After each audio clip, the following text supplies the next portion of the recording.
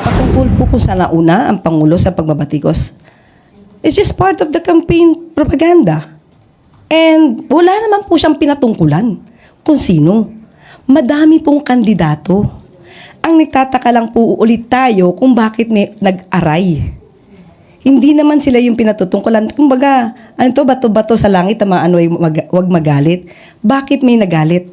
May tinamaan ba?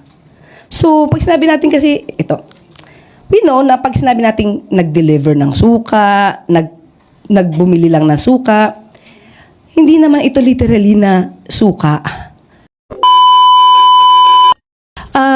Sabi niyo po kahapon ba yun nung unang harap niyo sa MPC, nalalabanan po natin ng fake news. Ayan, may mga may sa post po ni former Senate President Juan Ponce Enrile, binabanggit niya yung mga fake news, yung mga kinakalat lalo na sa SOCMED. Ano po? Hanggang saan po ba you will make patol dun sa mga fake news na sinasabi ninyo na ibinabato po ng mga kalaban ng administrasyon? At sa tingin niyo po ba ang Pangulong Marcos ang nauna sa sisimula po ng mga negative campaign, kaya naman dumami yung mga parang in a way sinasagot lang din po ng mga opposition, kung opposition man matatawag yung grupo po ng mga kalaban sa politika? Unang-una po, thank you. Nice question.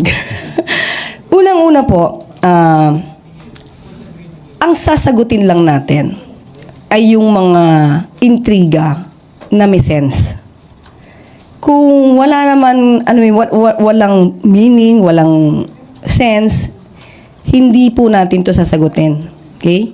At patungkol po kung saan nauna ang Pangulo sa pagbabatikos, it's just part of the campaign propaganda. And wala naman po siyang pinatungkulan kung sino. Madami pong kandidato.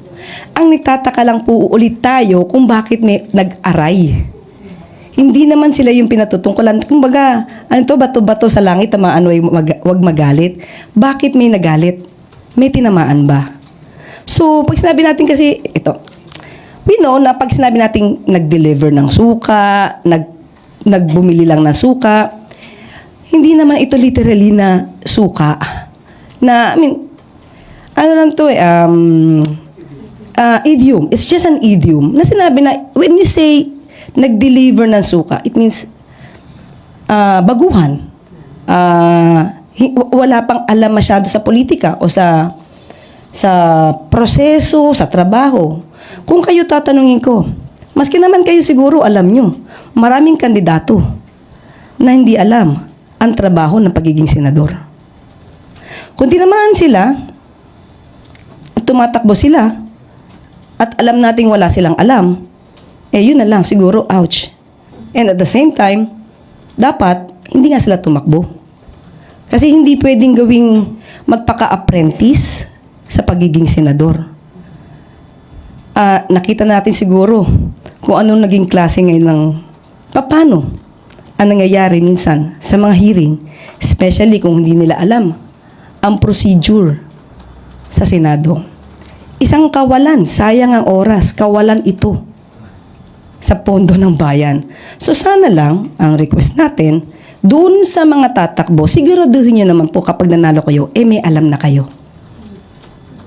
Yun lang Another po. issue lang po, yung study pong ginawa ng Philippine Institute for Development Studies o yung PIDS or PIDS, sabi po Philippine lags behind ASEAN neighbors in transport infrastructure.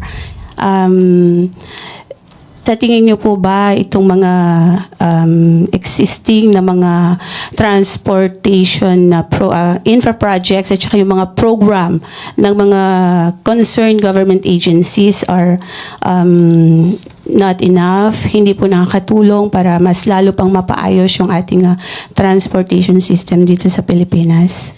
Well, in general, ang gobyerno ay hindi naman kikilos ng kulang-kulang.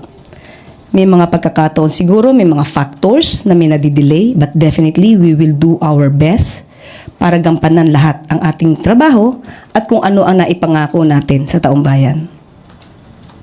Thank you po. Jean Mangaluz, Philstar. Good morning. I'd like to follow up on Ma'am Eden's question. Former Senate President Tito Soto said that he would legalize a bill, he would push for a bill banning fake news. So what's the palace's position on this, especially as since there's a new PCO secretary? Siguro naman kahit po hindi palasyo ang tanungin natin, gugustuhin po talaga natin na maban ang fake news. And personally, when I was one of the resource persons dito sa TRICOM, I even suggested for a registration of all content creators to avoid this kind of fake news. How will we balance that na baka ma-impede on the freedom of expression, the freedom of the press? Okay, we have to define first. There will be a law. If they will make such law, they have to define what's fake news. And what's the limitation, how they can gauge that those statements will be considered as fake news. So as of now, wala pa po tayong definite na definition ng fake news, especially nasa social media tayo, digital tayo eh. So we have to study that, especially mga lawmakers, they have to study that. Sam Medinilla, Business Mirror. Good afternoon, ma'am. Opo. Ma'am, mag-follow up lang po ako regarding po dun sa na-mention nilang evaluation ng mga cabinet members. Kailan po nag-initiate si President ng evaluation na yun? And kailan natin expected matapos? As of now, ang pagkakasabi po sa atin ay nag-i-evaluate pa. So, kung kailan matatapos, hindi natin din alam kung magkakaroon talaga ng revamp. So, we have to just wait and see. Hindi pa po natin alam kung ano po yung mangyayari as of now. Pero nanggaling po yung evaluation na yun kay Pangulo or parang meron pong I-evaluate pa lang po. I-evaluate. Siguro lahat po ngayon kasi every time kailangan naman mag-evaluate ng Pangulo eh. Kung kanyang mga secretaries, cabinet members are doing well for the government, for the people. So, pag nakita po ng Pangulo na oops, mukhang hindi ito makakatulong, we have to find a new leader and it's for the people. Pero as of now, wala pa po talaga. Pero related po ba to dahil midterm na ni Pangulo? Or ginagawa niya to regularly every year? Pag lang po siguro may nakitang dapat napalitan. Ayun. Tapos, Or may mga nag-resign. May mga nagre-resign. We cannot do anything about that. tapos last question na lang po. Regarding po dun sa USAID, na-assess na po ba ng government yung total impact? Kasi previously na-mention ng NEDA na parang yung regarding lang sa mga initiatives at projects nila yung kaya nilang bigyan na opinion. Yung pagdating po sa buong government, meron po ba tayong parang assessment na nung impact nung suspension ng USAID? Wala pa po tayong anumang reaksyon patungkol dyan. Pero the mere fact po na na-exempt po tayo at tayo po ay kumbaga hindi ma-freeze yung foreign aid sa atin, yun po, napakalaki na pong epekto nun para sa bansa natin sa tulong, yung mga tulong na ito. Thank you po. Pia Gutierrez, ABS-CBN. Hi, ma'am.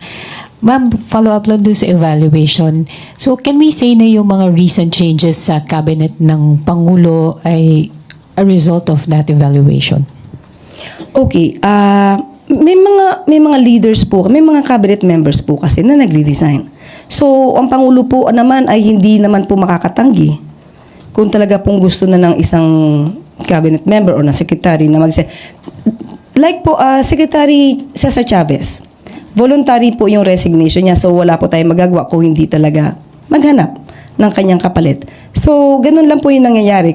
Pero sabi nga po natin, as of now, kung ini-evaluate pa ang kung sino papalitan or kung may papalitan, wala pa po tayo nadidinig. Nag-i-evaluate pa lang po. It's just normal for the President. Speaking po ng changes sa PCO, what other changes can we expect pagdating po sa leadership ng PCO? Nabanggit po kahapon si Transportation Secretary Vince Dizon ask yung mga USECs to submit courtesy resignation. Meron na po bang ganong klaseng order si Secretary J. Ruiz? As of now, wala pa po tayo natanggap but nagkaroon na po ng meeting At sinabi niya po talaga na magkakaroon ng pagbabago. At maaaring may ma-retain, maaaring may mawala. So, hintayin po natin kung ano yung magiging order ni Sec. J. Ruiz. Thank you po. Melvin Gascon, Inquirer. Hi, good morning, Yes, ma'am. good morning po. Since you mentioned po si Secretary, former Secretary Chavez, he issued a statement saying na one of the reasons that he resigned is to his estimation, he fell short of what was expected of him. Mang question ko po is, what will Secretary J. Ruiz do differently para po ma-compensate kung ano man po yung pagkukulang na nakita ni Secretary Chavez? Actually, I think it's Secretary J. Ruiz who should be answering this. But I believe that we will be proactive in the performance. We will do the best we can to impart the truth, to tell to the people what are the programs, what the programs will be of the President for the interest of the people. But I think it is better be answered by Secretary J. Ruiz. Tuesday New, DZBB.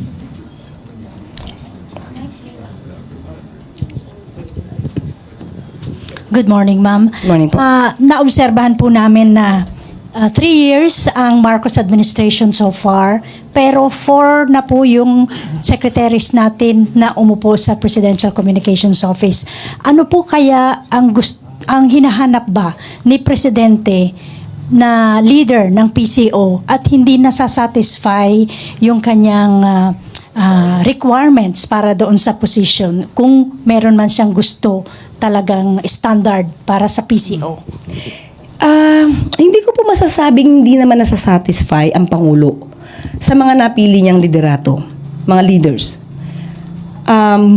Most probably, and actually I cannot speak for other cabinet members or other secretaries na naging nag-lead ng PCO. Maybe sa sarili nila, katulad ni sabi niyo nga po ni Secretary Cesar Chavez, feeling niya na hindi niya nagampan ng mabuti or may kakulangan. But as far as the President is concerned, we believe that he is not complaining. It's more on the people and the leaders who resign, maybe thinking that they could not do properly, completely, the task given to them.